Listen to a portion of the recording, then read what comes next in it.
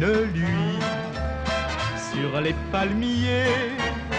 Les Somalis, waouba, chantent ravis, waouba, des mélodies bien syncopées. Mais v'là qu'un jour, un beau gars à gueule d'amour et gros bras va faire quelques affaires.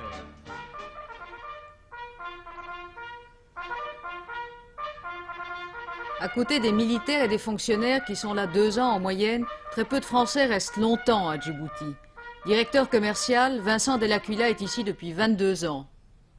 Il est vrai que nous ne sommes pas très nombreux, n'est-ce pas, à Djibouti, à avoir cette ancienneté, parce que c'est essentiellement, je crois, un pays de passage. Il y a beaucoup de militaires, beaucoup de fonctionnaires, et qu'il ne reste ici que 2, 3, 4 ans maximum. Est-ce que Djibouti, c'était à l'époque, pour vous, l'aventure? Non, ce n'est pas l'aventure au sens habituel, n'est-ce pas, et même je crois qu'il faut ignorer ce mot, si vous le voulez bien, parce que Djibouti n'a jamais été un territoire colonial, je pense, au sens où on l'entend habituellement. Il n'y a pas de colons à Djibouti, n'est-ce pas? Il n'y a pas de gens qui soient attachés à la terre. Pourquoi? Parce qu'il n'y a pas de terre, précisément. Alors pourquoi Djibouti? Alors Djibouti a été, comme vous le savez sans doute, une création ex nihilo, sortie de rien.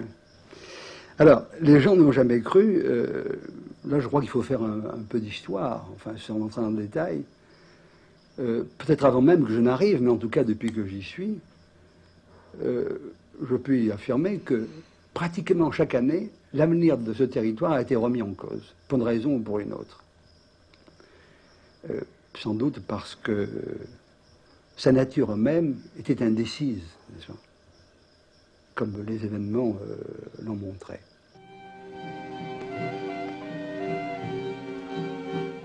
Vers la fin du Second Empire, l'ouverture du canal de Suez reliait l'Orient à l'Occident. Désormais, la mer Rouge allait devenir la plus fréquentée des voies de communication mondiale et ses points d'escale allaient conquérir une importance considérable grâce au génie du français de Lesseps. En 1883, la France envoie dans cette région le gouverneur Lagarde qui fonde l'établissement d'Obock. Du Négus Ménélique, Lagarde obtient ensuite un traité d'amitié. Ainsi est consacrée, sans qu'une goutte de sang ait été versée, l'œuvre du gouverneur Lagarde, une des plus grandes figures coloniales françaises. Le pays était désertique. Quelques paillotes abritaient les populations côtières. Les pasteurs nomades erraient jusqu'au pied des contreforts volcaniques à la suite de leurs troupeaux. La rade d'Obock s'étant révélée insuffisante, les colons français se fixèrent à Djibouti. Ils y créèrent de toutes pièces une ville et un port.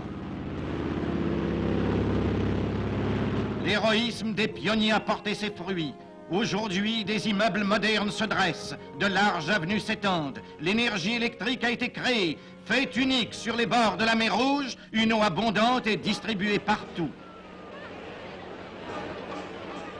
Djibouti, grande cité moderne, connaît les bienfaits de la civilisation française. Elle possède plusieurs écoles où sont instruits les enfants indigènes. L'œuvre sanitaire est considérable. Le progrès matériel et social s'étend à tous les domaines. Entre-temps, des quais, des entrepôts étaient construits à Djibouti. Récemment ont été inaugurés les pipelines et les 4 citernes de mazout qui permettent le ravitaillement sur place des navires. Djibouti est à la croisée des routes impériales françaises. Les relations les plus cordiales s'étant établies entre l'Éthiopie et les colons français, ceux-ci obtinrent la concession d'une voie ferrée entre Addis Abeba et Djibouti, son débouché naturel sur la mer. La ligne fut lancée à travers le désert grâce aux capitaux français et au prix d'efforts héroïques. Wagons-salons, wagons-lits, wagons-restaurants ont été spécialement achetés, ainsi qu'une 50aine de locomotives. C'est une des œuvres les plus remarquables qui ait été accomplie en Afrique. Les patrouilles d'avions de reconnaissance sillonnent le ciel.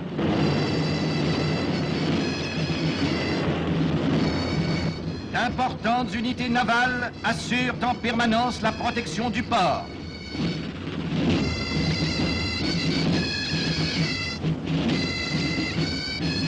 Un matériel considérable a été débarqué qui appuierait, le cas échéant, l'action des troupes métropolitaines.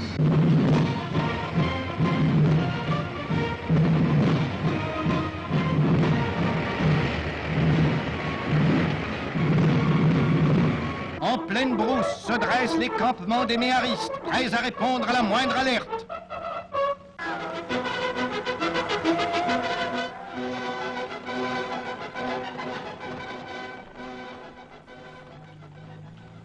La tradition méhariste n'a pas encore disparu de l'armée française.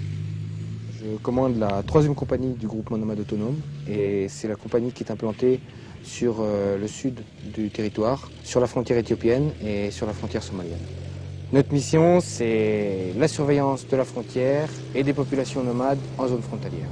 Lieutenant Champenois, Saint-Cyr, 28 ans, 134 hommes sous ses ordres.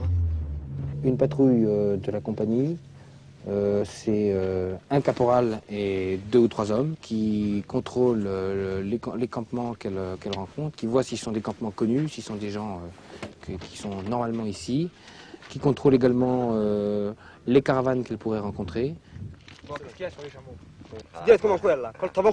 qui voient si les caravaniers ont un laissez-passer qui sont venus chercher au poste, qui regardent si les conditions de vie des nomades sont bonnes.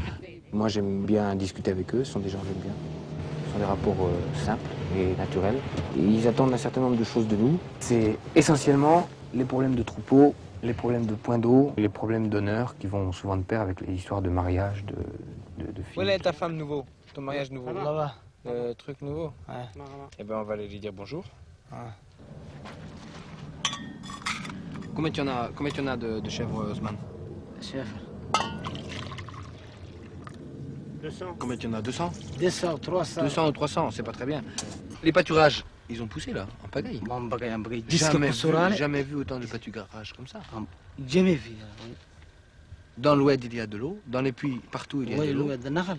2 fois, il y a. Bon, la brousse en ce moment, qu'est-ce qu'il dit? Est-ce que c'est calme? Comment ça se passe? Qu'est-ce qu'ils font? Ils sont partis Éthiopie, qu'est-ce qu'ils pensent? Qu'est-ce qu'ils font? Rien. Rien? Ouais. Il n'y a pas de malade. Aucun malade? Personne qui est malade? Ici. Il y en a un malade. Il y en a un malade ici. Qu'est-ce qu'il a? Grave? Ouais, la poitrine. Il a jusqu'à moi. Jusqu'à moi. Oui. Maribo. Allez, gars, yatagin. Nabat gario. Au revoir, toi. Ça va. Allez, Genio. Carré? Carré. Allez, roule. Oui. Bon. Toi, tu dis pas au revoir, là?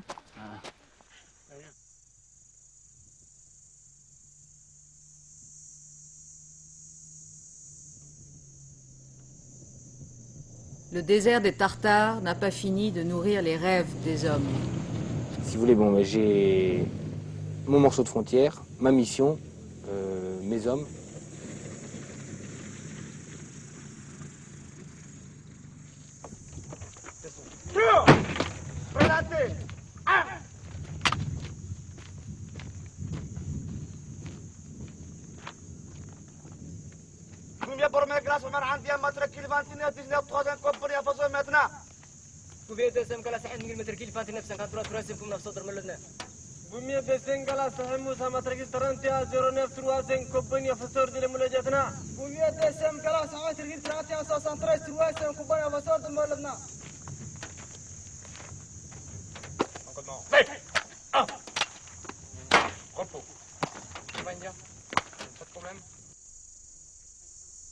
En juin 1977, pour la dernière fois sur la terre d'Afrique, l'Empire français amène les couleurs.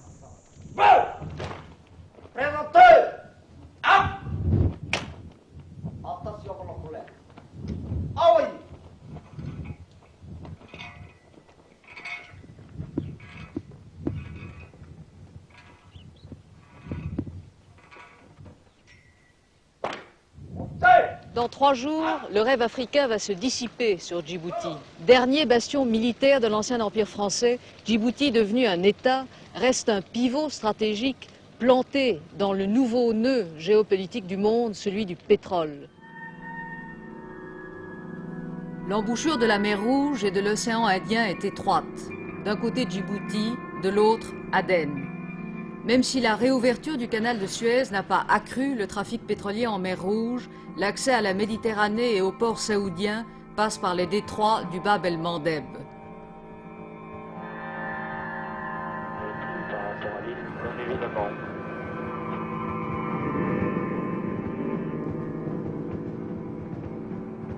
L'océan Indien est la voie royale du pétrole et les bateaux de guerre sont autant de sentinelles.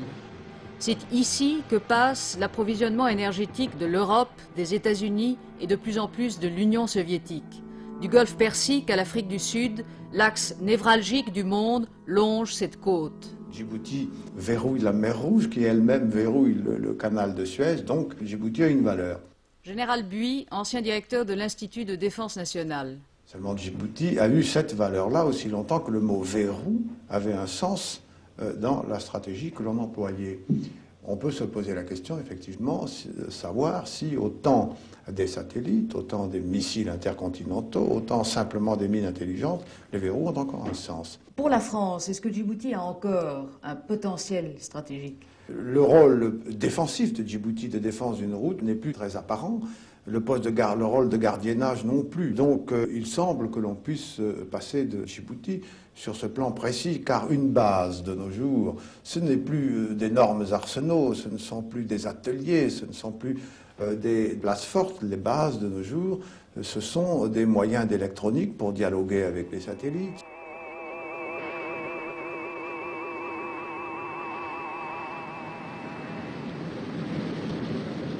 Ce sont des écoutes sous-marines pour pister les sous-marins, ce sont des moyens de transmission pour recevoir et transmettre leurs renseignements qui doivent être implantés, si possible, là où il n'y a pas de problème politique local. Est-ce que ceci est à l'échelle des moyens que la France veut consacrer à sa géopolitique globale? La France, c'est un pays qui a une vocation mondiale, c'est un fait. Enfin, elle ne peut plus faire n'importe quoi. Il n'est plus question de mener des stratégies d'ensemble dans ce qui peut être considéré comme le troisième cercle, c'est-à-dire celui qui est très loin de la métropole. Militairement, ce monde-là n'est plus à l'échelle des moyens de la France.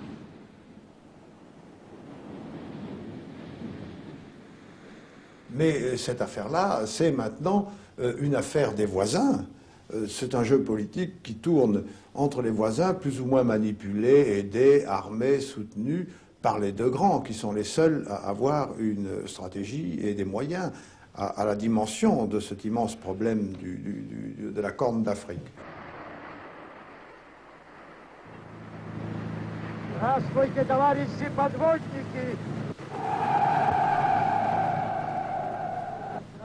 La flotte soviétique.